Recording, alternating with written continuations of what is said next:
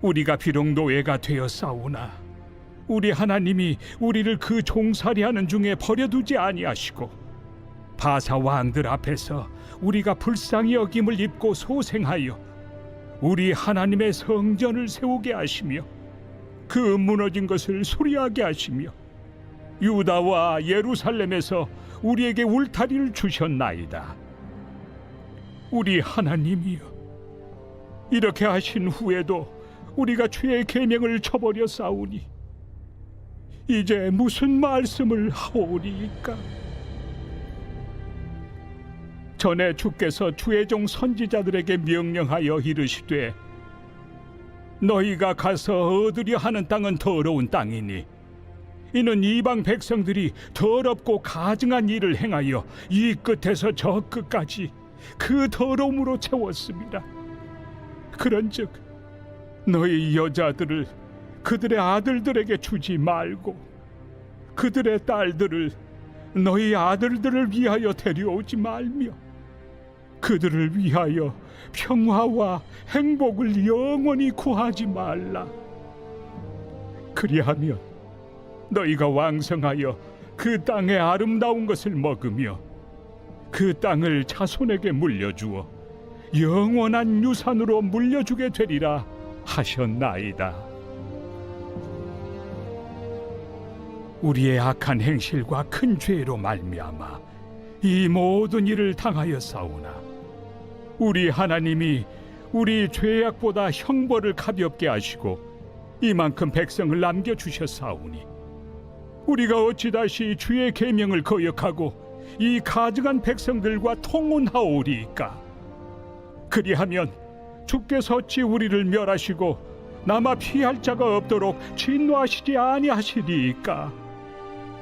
이스라엘의 하나님 여호와여, 주는 의로우시니 우리가 남아 피한 것이 오늘날과 같사옵거늘 도리어 주께 범죄하였사오니 이로 말미암아 주 앞에 한 사람도 감히 서지 못하겠나이다 하니라.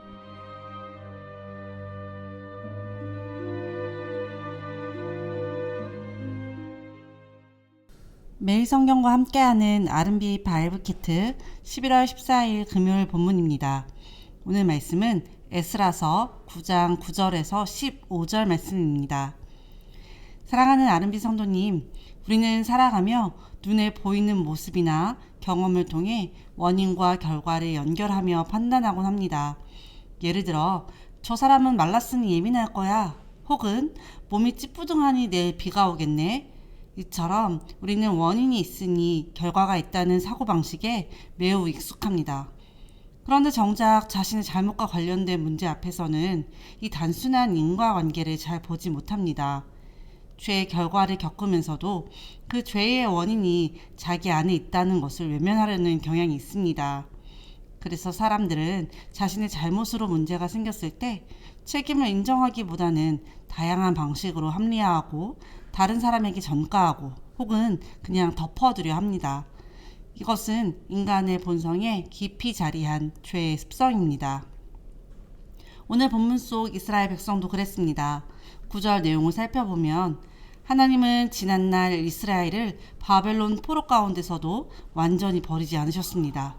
그 종살이 가운데서도 불쌍히 여기사 바사 왕들의 마음을 움직이셔서 그들에게 성전을 다시 세우고 무너진 것을 수리할 기회를 주셨습니다. 하나님은 유다와 예루살렘에 울타리를 주셔서 그들을 보호하셨고 비록 노예였지만 소생의 은혜를 경험하게 하셨습니다. 이스라엘은 마땅히 감격과 감사로 하나님께 돌아와야만 했습니다. 그러나 그들은 계속해서 그 말씀을 외면했습니다. 이방 백성과의 통혼을 금하신 하나님의 명령을 어기며 거룩한 경계를 허물었습니다. 하나님의 은혜를 경험했음에도 다시 옛 모습으로 돌아간 것입니다. 이런 이스라엘을 위하여 에스라는 통회하며 하나님께 엎드립니다. 에스라 9장 10절 말씀입니다. 우리 하나님이여, 이렇게 하신 후에도 우리가 주의 계명을 저버렸사오니 이제 무슨 말씀을 하오리이까? 에스라는 변명하지 않았습니다. 우리가 힘들어서 그랬습니다. 상황이 어려워서 그랬습니다. 라고 하지 않았습니다. 그는 죄의 원인이 자기들 안에 있음을 정직하게 인정했습니다. 15절에 보면 이스라엘의 하나님 여호와여 주는 의로우시니 우리가 남아 피하는 것이 오늘날과 같사옵거늘 도리어 주께 범죄하였사오니 이로 말미암아 주 앞에 한 사람도 감히 서지 못하겠나이다 라고 말하고 있습니다. 그는 죄의 결과보다 죄의 원인을 바라보았습니다. 그 원인은 상황이 아니라 하나님을 잊은 인간의 마음이었습니다. 사랑하는 성도님, 한번 생각해 볼까요? 한 자동차가 신호가 바뀌는 걸 확인하고 천천히 교차로를 지나가던 중 다른 차량이 갑자기 빨간불에 교차로에 들어오면서 살짝 부딪히는 사고가 났습니다. 분명 규칙을 어긴 쪽은 두 번째 운전자였습니다. 그런데 차에서 내리자마자 상대방은 목소리를 크게 높였습니다. 목소리가 커지니까 주변 사람들은 순간 위축되고 상황을 정확히 살피지 못하고 그냥 조용히 서 있고 정작 피해를 입은 사람은 무슨 말을 해야 할지 막막해졌습니다. 안타깝게도 이런 모습들은 우리 주변에 흔히 볼 수 있습니다. 이 모습들을 볼 때마다 마음속에 이런 생각이 들었습니다. 잘못을 해도 큰 소리를 치는 사람이 이기는 것처럼 보이는 세상, 정직하게 말하면 오히려 손해를 보는 것 같은 이 세상. 이스라엘도 그랬습니다. 자신들의 죄의 원인을 돌아보기보다 하나님, 왜 우리를 이렇게 힘들게 하십니까? 왜 우리에게 이런 일이 일어납니까? 라고 출애굽 때부터 그들은 불평에 익숙해 왔습니다. 그러나 에스라는 달랐습니다. 책임을 돌리지 않고 하나님 앞에 정직하게 하나님 우리가 잘못했습니다 라고 고백했습니다. 그런 그들을 보시며 하나님은 외면하실 수도 있지만 그렇게 하지 않으십니다. 오늘 본문 13절 말씀입니다. 우리의 악한 행실과 큰 죄로 말미암아 이 모든 일을 당하였사오나 우리 하나님이 우리 죄악보다 형벌을 가볍게 하시고 하나님은 죄의 값을 그 결과를 영벌로 끝내지 않으십니다. 오히려 징계 중에도 은혜의 길을 열어두십니다. 하나님은 죄의 결과를 깨닫게 하시되 그것이 절망으로 끝나게 하시지 않습니다. 그래서 하나님의 징계는 파멸이 아니라 회복의 통로입니다. 하나님은 죄의 원인을 보게 하셔서 그 안에서 다시 감사와 회복의 자리로 돌아오게 하시는 분이십니다. 사랑하는 여러분, 오늘 본문인 에스라의 회개 기도 본문을 읽으면서 우리가 꼭 기억하기 원하는 것이 바로 이것입니다. 신약의 빌레몬서에서 바울은 주인의 물건을 훔치고 도망친 종 오네시모를 대신 변호합니다.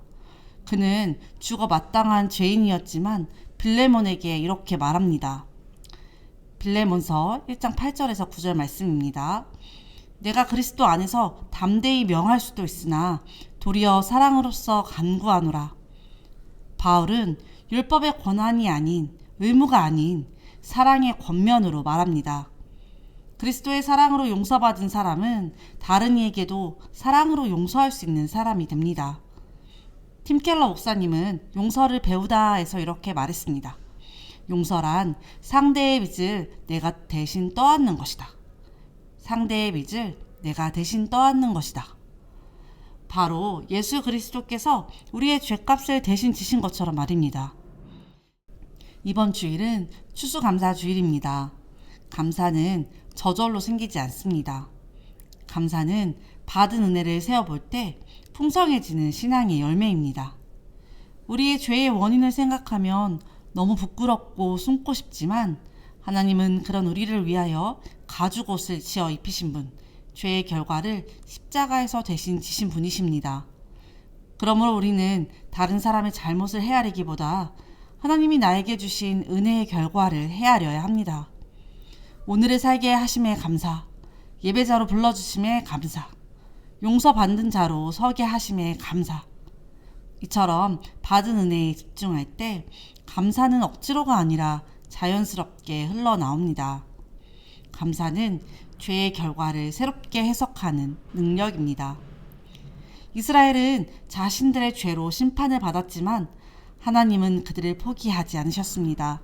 오히려 그들의 구원자 메시아이신 예수 그리스도를 예비하시고 계셨습니다. 사랑하는 성도님, 이제 우리는 죄의 원인을 솔직하게 인정하고 하나님이 주신 은혜의 결과를 감사로 바꾸는 믿음의 사람이 되시길 바랍니다. 죄의 원인은 우리 안에 있지만 그 결과는 십자가 안에서 감사로 변했습니다. 그 은혜를 붙들며 받은 사랑을 겸손히 흘러보내는 오늘 하루가 되시길 주님의 이름으로 축복합니다. 함께 기도하시겠습니다. 사랑과 은혜가 풍성하신 하나님 아버지, 오늘 말씀을 통해 우리의 죄의 원인을 다시 보게 하시니 감사합니다. 하나님은 언제나 우리를 버리지 않으시고 징계 가운데서도 회복의 길을 열어주시는 분이심을 고백합니다. 주님, 우리의 마음이 교만하여 자신의 잘못을 인정하지 못하고 남의 탓으로 돌리며 살아왔던 모든 죄를 용서하여 주옵소서. 에스라처럼 정직하게 하나님 앞에 엎드리게 하시고 죄의 원인을 우리 안에서 찾되 그 결과를 십자가의 은혜로 바꾸시는 주님을 바라보게 하옵소서. 추수감사주의를 맞이하여 우리에게 주신 은혜를 하나하나 세어보게 하시고 받은 사랑을 흘려보내는 감사의 사람이 되게 하옵소서. 오늘도 우리의 삶의 자리에서 감사의 열매를 맺으며 십자가의 사랑으로 살아가는 하나님의 자녀가 되게 하옵소서. 예수 그리스도의 이름으로 기도드립니다. 아멘.